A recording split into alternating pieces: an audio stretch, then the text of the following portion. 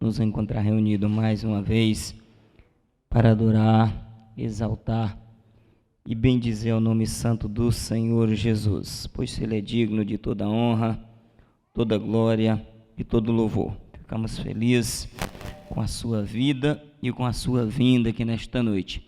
Queremos cumprimentar também os nossos irmãos internautas, você que é acompanhante, que sempre cultua a Deus conosco, não assiste o culto, mas cultua.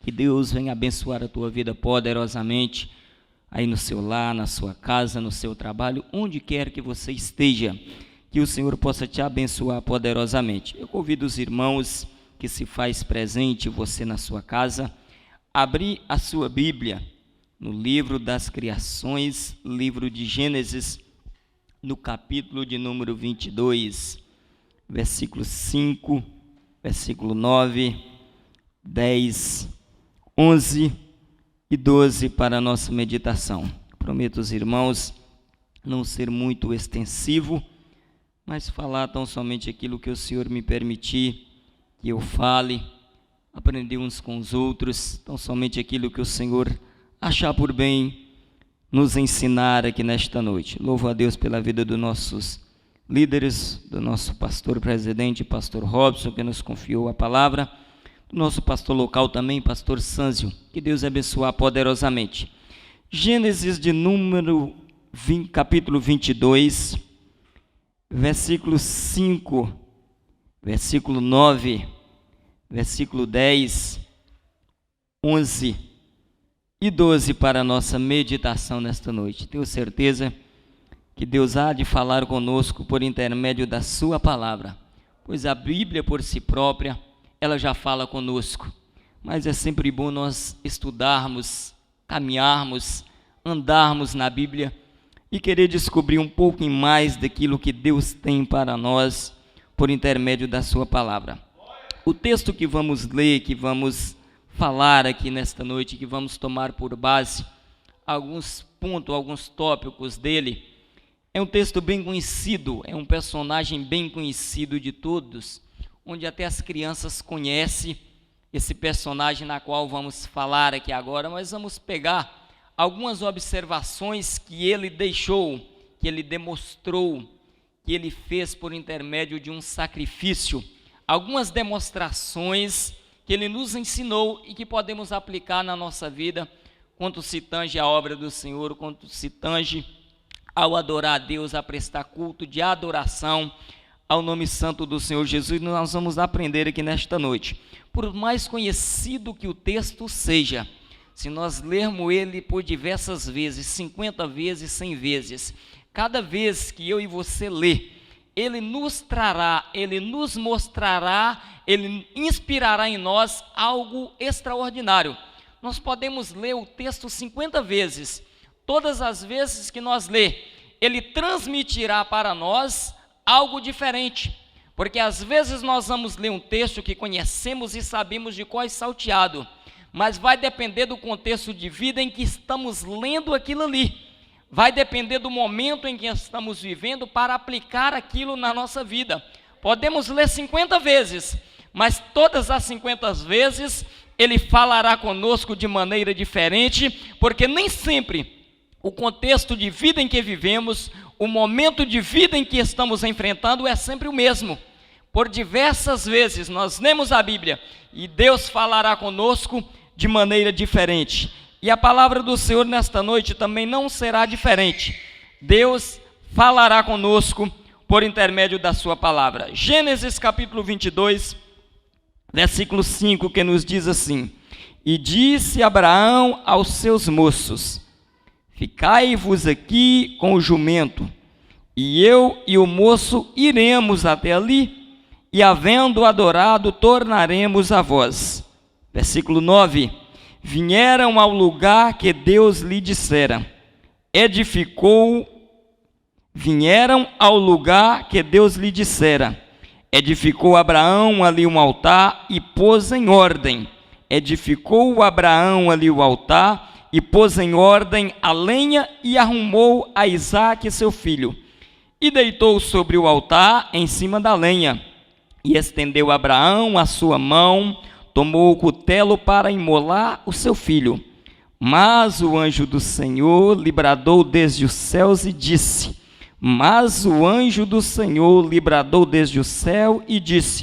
Abraão, Abraão. E ele disse: Eis-me aqui. Então disse: Não estenda a tua mão sobre o moço, e não faça-lhe nada, porquanto agora sei que temes a Deus e não me negaste o teu único filho. Aleluias. Esse texto é recheado de, não vamos dizer surpresas, porque sabemos o que o escritor transmite para nós. Se nós ler ele, nós já vamos saber. É tanto que Abraão é caracterizado, está nos heróis, na galeria da fé, como o pai da fé. Mas nós não queremos deter na fé de Abraão. Abraão tem diversas etapas de vida, tem diversos exemplos de vida que nós podemos pegar para aplicar na nossa vida.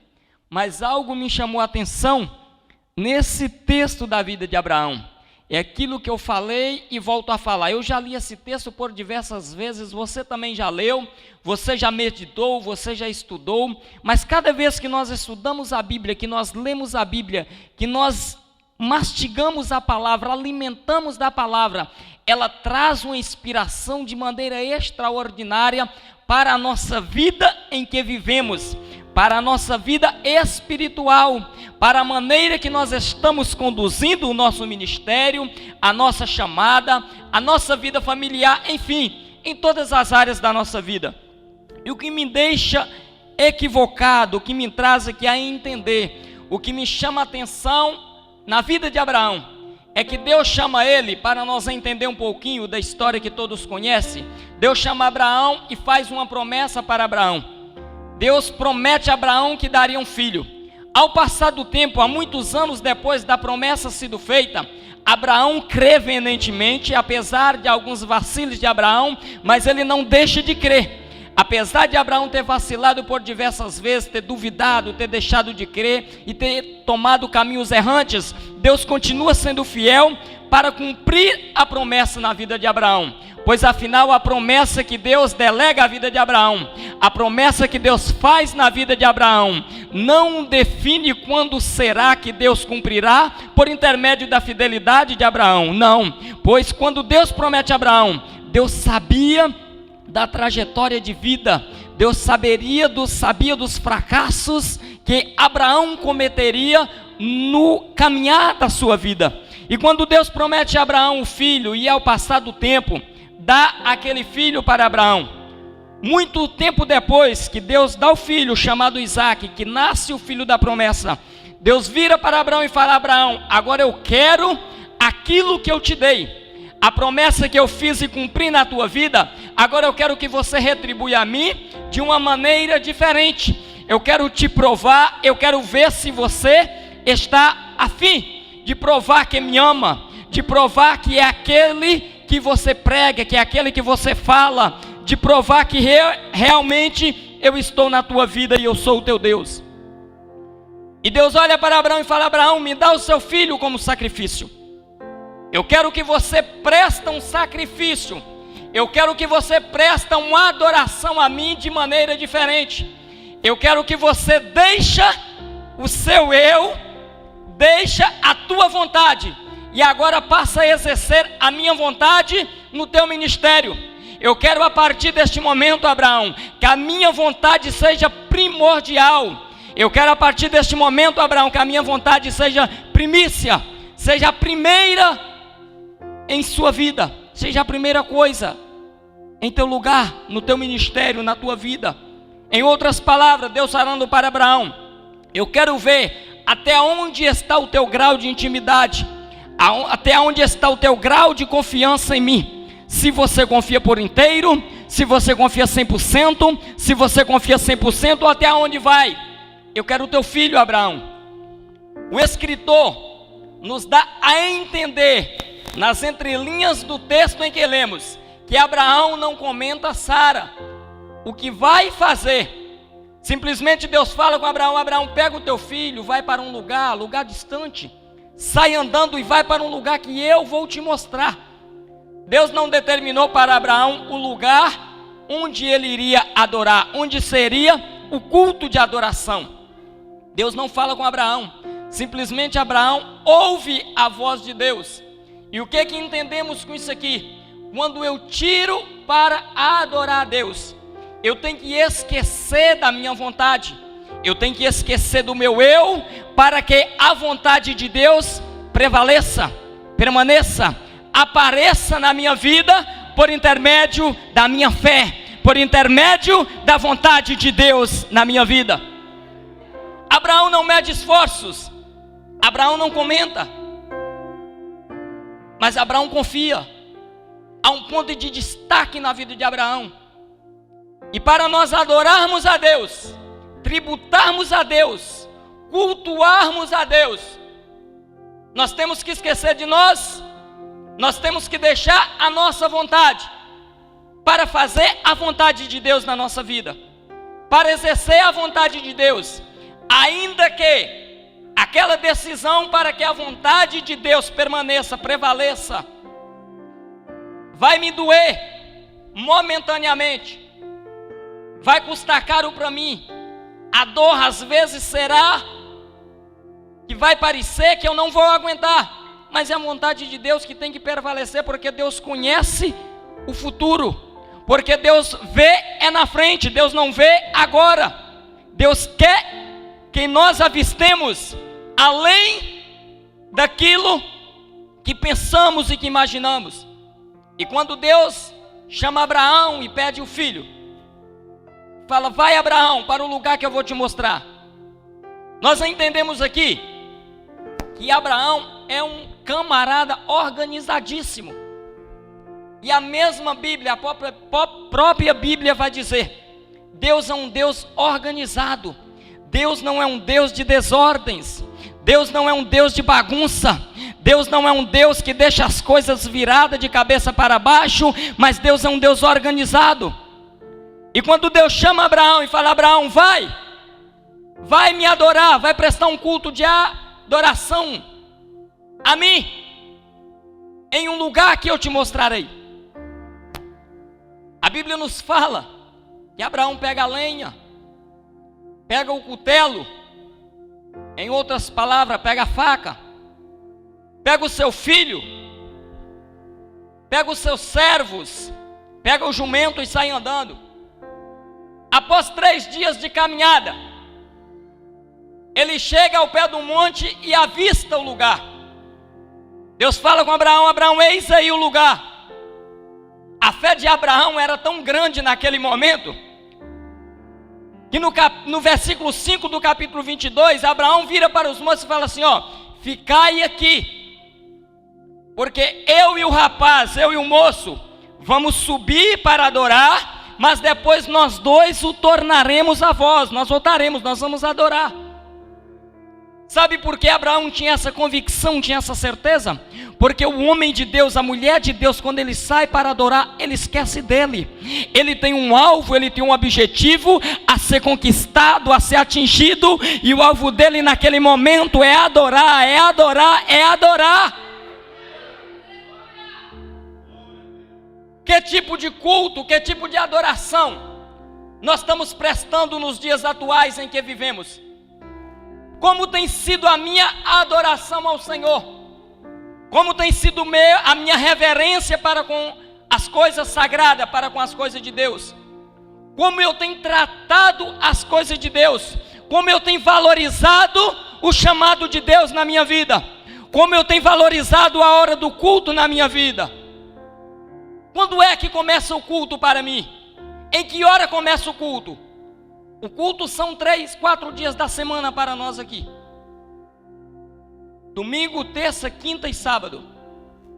E que hora que começa o culto? O culto está marcado pelo pastor, tem uma programação, tem uma organização por trás disso aí. Nos nossos finais de semana são às 18h30. Mas e que hora que começa o culto? É às 18h30? Não é às 18h30. O culto de adoração ao Senhor, o meu culto de adoração ao Senhor, começa quando eu começo a me envolver, começa quando eu começo a pensar: hoje é dia de culto, eu tenho que me preparar, eu tenho que me organizar para estar na casa do Pai, adorando a Ele. O culto não começa quando eu chego na igreja, o culto começa quando eu levanto e falo, hoje é dia de culto. O culto começa quando eu vou para o trabalho e falo, hoje eu tenho que parar mais cedo, porque já é dia de culto, de eu ir para a igreja para adorar a Deus. Quando chegamos na igreja, nada mais e nada menos da conclusão do nosso culto. Nós viemos aqui para tributar, é para adorar. E uma adoração a Deus não pode ser de qualquer maneira, não pode ser relaxadamente, não pode ser de qualquer jeito. Quando eu chego na presença do Santo dos Santos, eu tenho que ter consciência que eu não estou na presença do pastor, eu tenho que ter consciência que eu não estou na presença do meu irmão, eu tenho que ter consciência que não estou na presença do homem, mas eu tenho que ter consciência plena que eu estou na presença dos reis, dos senhores, do Santo dos Santos. Aleluias! Que maneira que é que eu começo a me preparar, que eu começo a me aprontar, que eu começo a imaginar eu vindo para a igreja adorar a Deus. Como que eu vou chegar no céu? Se aqui eu não começo a pensar no céu, se aqui eu não começo a imaginar como que é o céu. Como eu vou chegar até lá se eu não começo a viver em pensamento as delícias do paraíso? O meu culto e o seu culto tem que começar quando levantamos da cama. Hoje é dia de culto. O culto não começa às 18 horas, o culto começa quando eu começo a adorar a Deus em pensamento. Quando a minha mente começa a pensar que eu tenho que estar na presença dos reis e dos senhores dos senhores.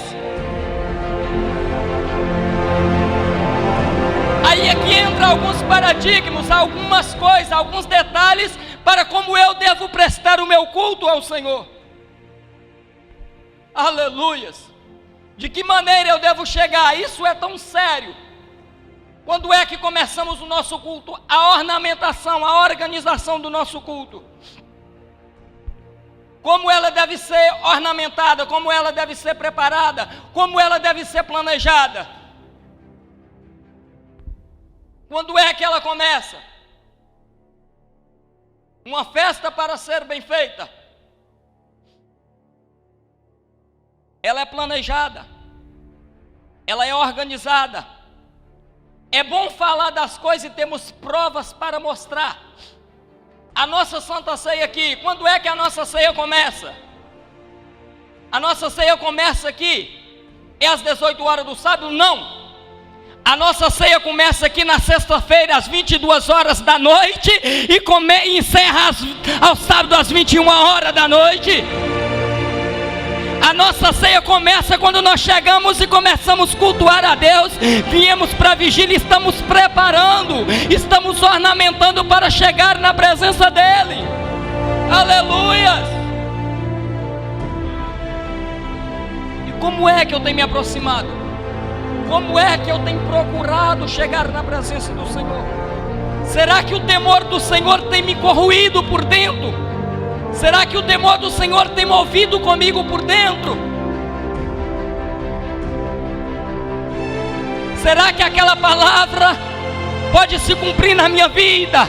Guarda o teu pé quando adentrar na casa do Senhor, põe temor no seu coração, porque o temor do Senhor é o princípio de toda sabedoria. Aleluia, aleluia, aleluia, glória a Deus. Querido, mas essa preocupação é para poucos. É por isso que muitos pastores, é por isso que muitos líderes, o nosso pastor falou em uma de nossas reuniões, que tem muitos pastores que morrem de problema cardíaco, de coração, porque não aguenta ver as coisas acontecer relaxadamente. E nós aprendemos com a Bíblia, nós vamos para a Bíblia, nós estamos aqui para aprender com a Bíblia, para estudar a Bíblia. E havia uma preocupação tremenda no nosso irmão Paulo. Paulo era aquele camarada que não aceitava as coisas de qualquer jeito. E Paulo se preocupava da maneira que a igreja ia para adorar ao Senhor, da maneira que o culto estava sendo prestado a Deus, da maneira que o culto estava acontecendo. Mas tem aquela classe de gente que não está nem aí para nada, não está ligando para nada. Ele vem para a igreja, se Jesus falar, se o culto foi bom, está bem. Se o culto não foi, para ele está do mesmo jeito. Ele vem para a igreja, ele não importa, ele não quer nem saber se o fogo está caindo. Mas por que ele não importa? É porque a temperatura do culto, quem define não é o pregador, quem define não é o cantor, quem define não é quem está dirigindo. A temperatura do culto, quem define sou eu. Porque quem precisa adorar é eu.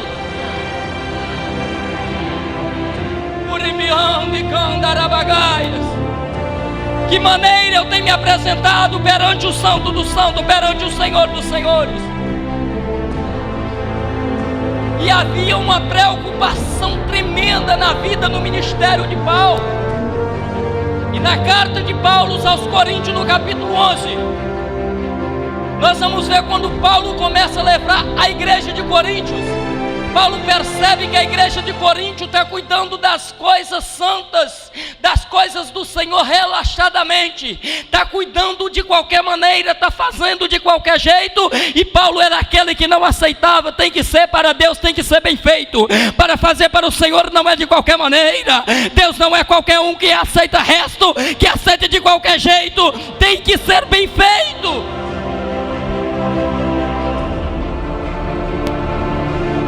Paulo observa o contexto da igreja de Coríntios,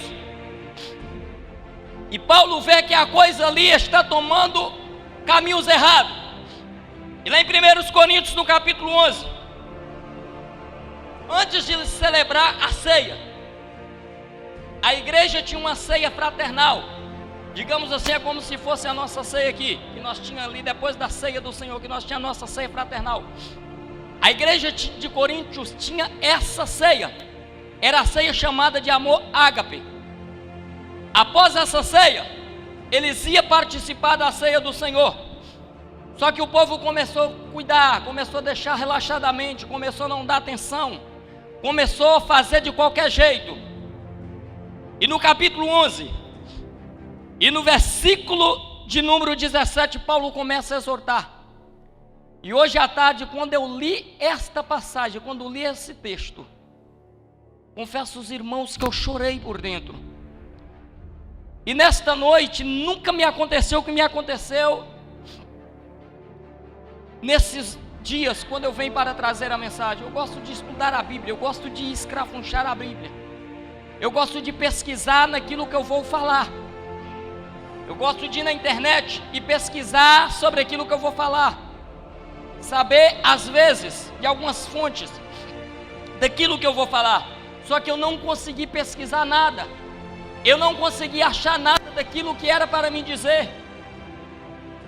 Mas Deus começou a trazer clareza ao meu coração sobre a adoração, sobre a maneira que a igreja está se apresentando a Ele.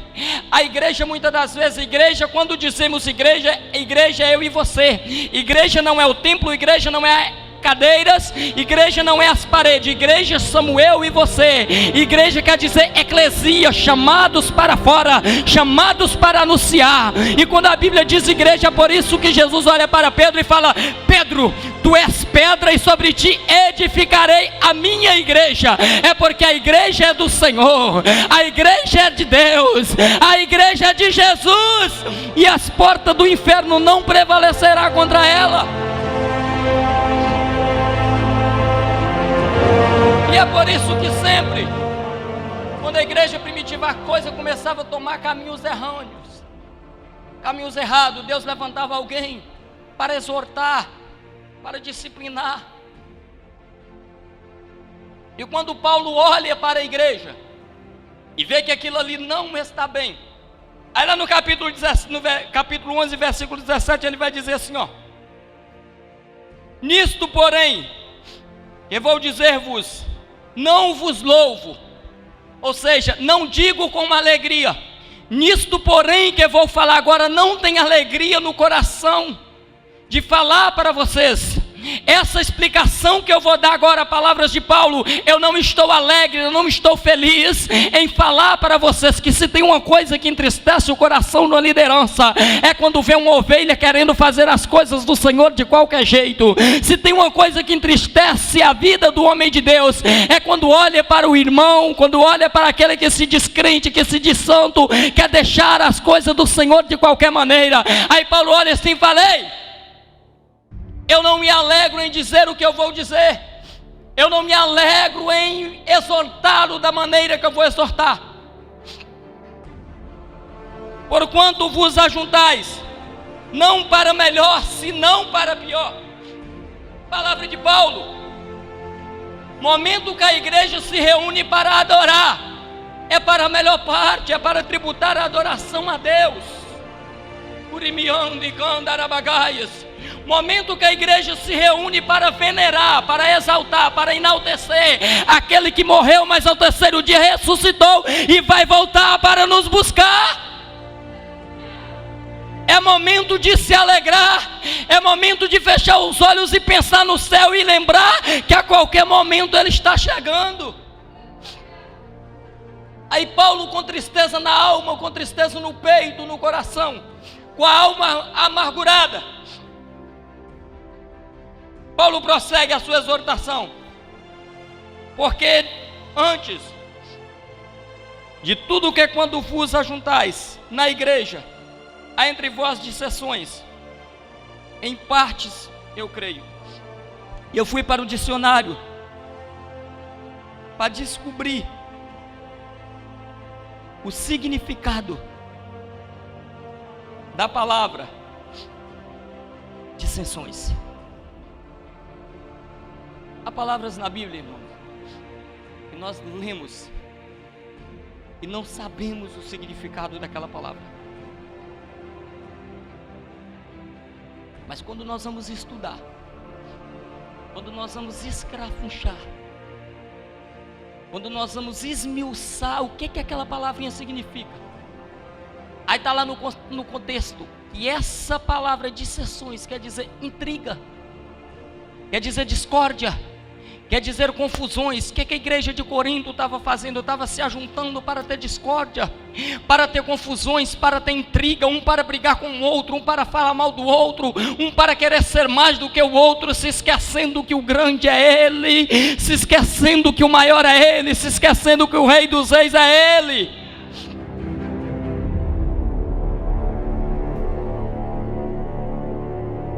Mas Paulo continua a exortar a igreja,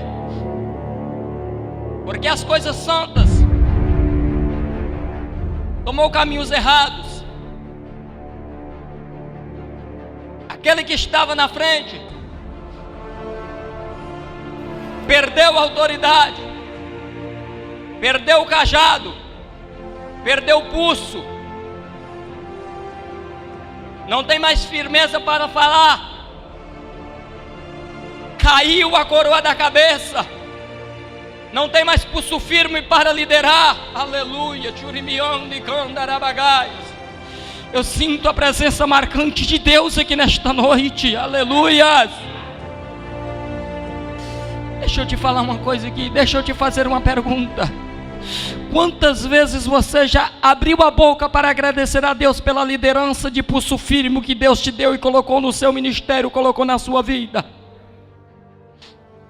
Eu louvo a Deus, queridos, 24 horas, às vezes eu estou no meu trabalho, estou agradecendo a Deus, porque Deus me colocou no lugar de liderança de pulso firme.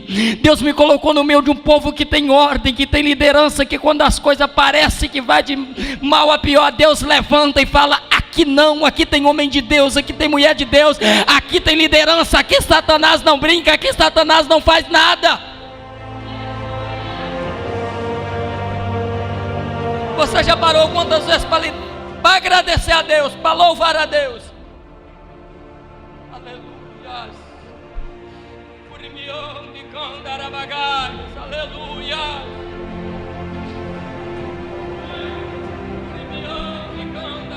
Eu sinto a presença de Deus. Talvez você nunca agradeceu a Deus pela liderança que Ele colocou na sua vida para te liderar, para te ensinar. Por quê? Porque Ele te ama e não quer que a tua alma pereça, que a tua alma se perca, mas quer que você vá para o céu e suba no arrebatamento da igreja. E Paulo tinha essa preocupação, em a igreja não se perder, em a igreja não tomar caminhos errantes. E ele começa a exortar a igreja,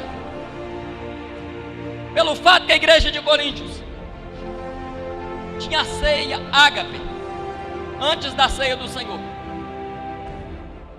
Quando chegava a hora da ceia, os irmãos queriam participar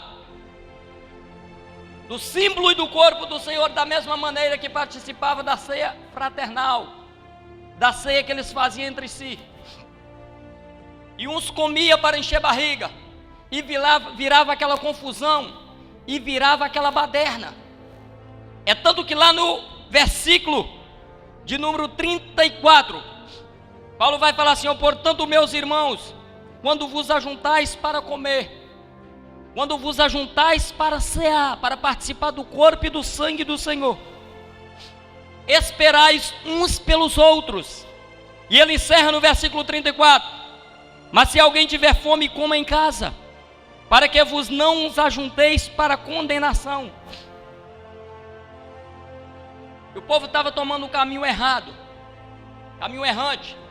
Mas Deus levantou Paulo para ensinar, para exortar a igreja, para conduzir a igreja a fazer um retorno, a retornar e retomar a direção. Isso é nada mais e nada menos do que organização. Deus é organizado. E voltando para o texto em que lemos, o versículo nos diz que quando Abraão avista o monte, e Deus fala com ele, que é ali o lugar que ele irá sacrificar, que ele irá prestar o culto de adoração a Deus. No versículo 9 ele fala assim: vieram ao lugar que Deus lhe dissera, edificou Abraão ali um altar, e pôs em ordem, arrumou, colocou em ordem. O que aprendemos com isso aqui? Eu não posso querer para chegar perante o Senhor para prestar o meu culto de adoração de qualquer maneira. Eu não posso querer me aproximar do Senhor, planejar vir para a casa do Senhor e vir de qualquer jeito. Não estou falando quando se diz de vestes, estou falando de pensamento. A Bíblia fala assim: adorai ao Senhor de corpo e alma e espírito. Ame ao Senhor com toda a tua mente, com toda a tua alma, aleluias. É com toda a tua mente, com toda a tua inteligência, com todos os teus pensamentos, para que podeis experimentar. E o mesmo Paulo vai dizer em Romanos no capítulo 12, para apresentar ao Senhor o nosso corpo como sacrifício vivo. Agora não tem como eu prestar um sacrifício se não tiver um altar. O nosso corpo é o sacrifício, e o altar cabe a mim arrumar, colocar em ordem. A mesma Bíblia vai dizer que o fogo arderá continuamente sobre o altar e não se apagará. Por que tem fogo que não está ardendo mais sobre o altar? Porque tem cinzas velhas que tem que ser removida, tem cinzas velhas que tem que ser tirada. Tem lembranças do passado que tem que ser tirada para Deus falar, para sentir a presença dEle. Eu não consigo chegar na presença do Senhor para adorar a Ele com a minha mente em casa, com a minha mente no Brasil, com a minha mente no trabalho. Deus não aceita. Aleluia. E lá em Eclesiastes vai dizer: guarda o teu pé quando entrar na casa do Senhor. Deus, e inclina mais a ouvir do que oferecer sacrifício de tolo. Aleluias. Deus não recebe, Deus não ouve. Aleluias. Quando queremos fazer para Deus de qualquer maneira, não passa do teto da igreja, não sai do teto da igreja. Já viu aquela pessoa, aquele culto? Vocês com certeza, todo mundo já teve essa experiência. Chegar numa igreja e terminar o culto, e um olha para o outro e fala assim: o culto hoje estava um peso que eu não consegui sentir nada, eu não gostei do culto.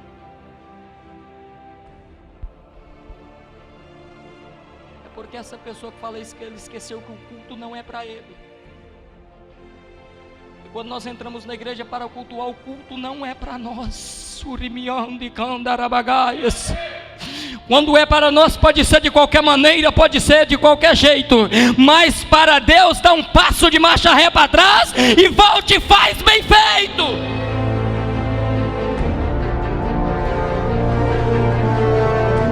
Para mim pode ser de qualquer maneira, mas para Deus tem que ser com ordem e decência, senão Deus não aceita. Nem tenta fazer de qualquer maneira para Deus, que Deus não vai aceitar. Por que às vezes ora e não acontece nada? É porque está orando de qualquer maneira. A oração já começa pedindo. E esquece de ir lá para Mateus do capítulo 6. No hino que foi cantado no início aqui: Pai nosso que estais nos céus. Aleluias. Quando fala Pai nosso que estás no céu, significa que Ele está acima de nós.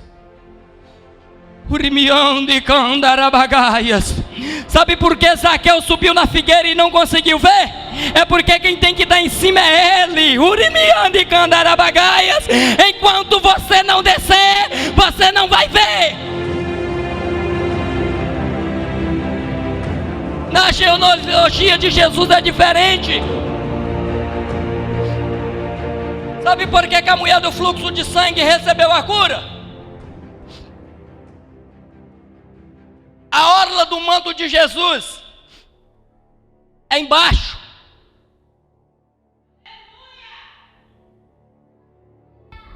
Sabe por que muitos não recebem? É porque não desce.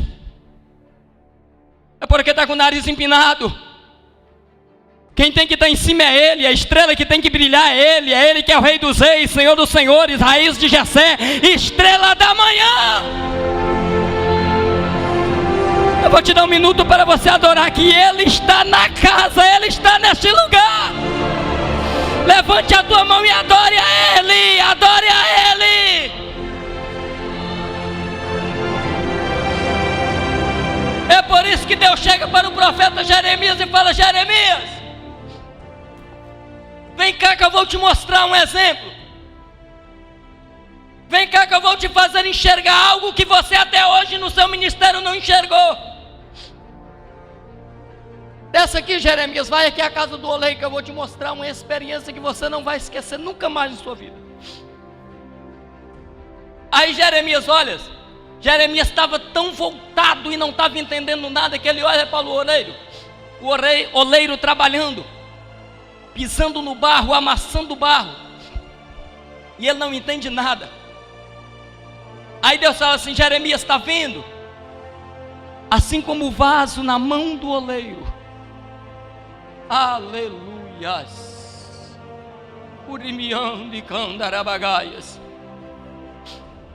Assim como o barro na mão do oleiro. Urimiando e candarabagaias. Assim sois vós nas minhas mãos. Só que tem um diferencial aqui.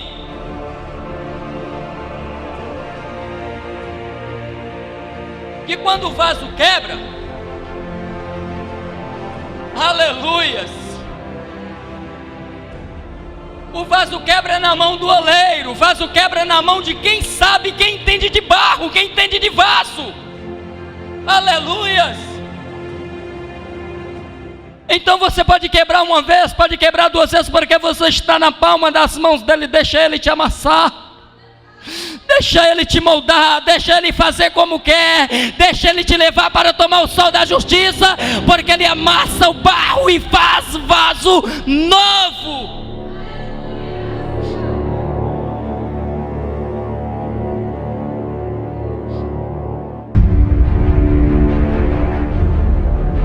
Aí Deus pega, fala de qualquer maneira, para mim não dá. Eu preciso, eu quero exclusividade. Eu não aceito dividir com ninguém. É por isso que às vezes as coisas tomam caminhos tão errados, dá tudo errado. É porque Deus quer tão somente exclusividade. Aí às vezes trabalhamos, e o tempinho que nos resta, corremos para a casa do Senhor. Aí estamos querendo fazer para Deus, do tempo que nos resta, do tempo que nos sobra. E estamos achando que Deus vai receber, que Deus vai aceitar. Deus não vai aceitar. A nossa adoração não vai ser nem adoração. É por isso que quando Jesus estava na casa de Marta e Maria, se Jesus ia ali é porque tinha algo que chamava a atenção de Maria, chamava a atenção de Jesus. Se Jesus frequentava a casa de Marta e Maria porque tinha algo. Eu só vou na casa de alguém se eu sou bem recebido e tiver alguém que me chama a atenção ali, alguma coisa que me traz de volta ali. E quando Jesus chega, e você já prestou atenção, já observou que todo aquele que não está interessado em fazer bem feito, ele tenta tirar aquele que está procurando fazer bem feito. Vai ser sempre assim. É por isso que o pastor falou aqui no domingo. E quando você está com um objetivo, quando você está com um alvo, que aos seus olhos é imenso, é impossível, mas você tem fé que vai conseguir, não fala para qualquer pessoa. Não porque o negativismo dele vai impedir Deus, não é porque o que o pastor falou no domingo. O negativismo dele vai atrapalhar a tua fé. Aí vai sempre querer, faz igual o brasileiro faz, jogar terra na farofa. Quando Marta olha e vê Maria adorando, Marta incomoda com aquilo ali. Todos conhecem a história. E o importante, aleluias, é que ela não vai lá para incomodar, para tentar tirar Maria. Ela corre naquele que está sendo adorado, aleluias. Senhor, mande a minha irmã vir me ajudar. Marta, tu está inquieta, está afadigada. Maria escolheu a melhor parte. Qual é a parte que tu tem escolhido? Quando é que está começando o teu culto? Quando é que está começando a tua adoração? Qual é a tua reverência quando se tange a casa do Senhor? Será que o temor no meu coração com as coisas santas tem me mordido, tem me corroído por dentro? Por que parece que as coisas mudou? As coisas não mudou. Quem mudou foi o ser humano. A Bíblia vai dizer que o Senhor é o mesmo Deus ontem, hoje e eternamente. E é por isso que Deus falava por intermédio dos profetas e fala até hoje. Se tivesse mudado, as promessas teriam caído. Mas o mesmo Jesus que fez a promessa está de pé para cumprir. Eu vou para o Pai e virei outra vez, e vos levarei para mim mesmo, para que onde eu estiver, estejai vós também. Queridos, vamos se conscientizar, vamos ter mais temor, quando se tange a ouvir a voz de Deus. Quando Moisés estava no monte, ele olha e vê aquele mistério. Ele vira para lá e Deus fala com ele: Moisés, não te achegues para cá, tire a sandália dos pés, porque o lugar que está é terra santa. Aí o mesmo versículo, continuando, o mesmo capítulo vai dizer assim, ó: e Moisés temeu olhar para Deus, porque Moisés sabia, Moisés conhecia que não podia se aproximar do Rei dos Reis de qualquer maneira, de qualquer jeito, mas que eu e você, onde quer que estejamos, no nosso quarto, na nossa casa, no nosso trabalho, a Bíblia vai dizer: sede santo em toda a vossa maneira de viver. É em casa, é na igreja, é no trabalho, é na rua, é na faculdade. Deus te exaltará e te honrará por intermédio do temor que há dentro de ti, na tua vida. Que nós venhamos ter mais temor, que nós venhamos mais temer a Deus. E taxa na sua mente, taxa na sua cabeça, escreve no teu coração: para ouvir Deus falar, eu tenho que esquecer dos meus interesses. Quero que agradeça a oportunidade em nome de Jesus.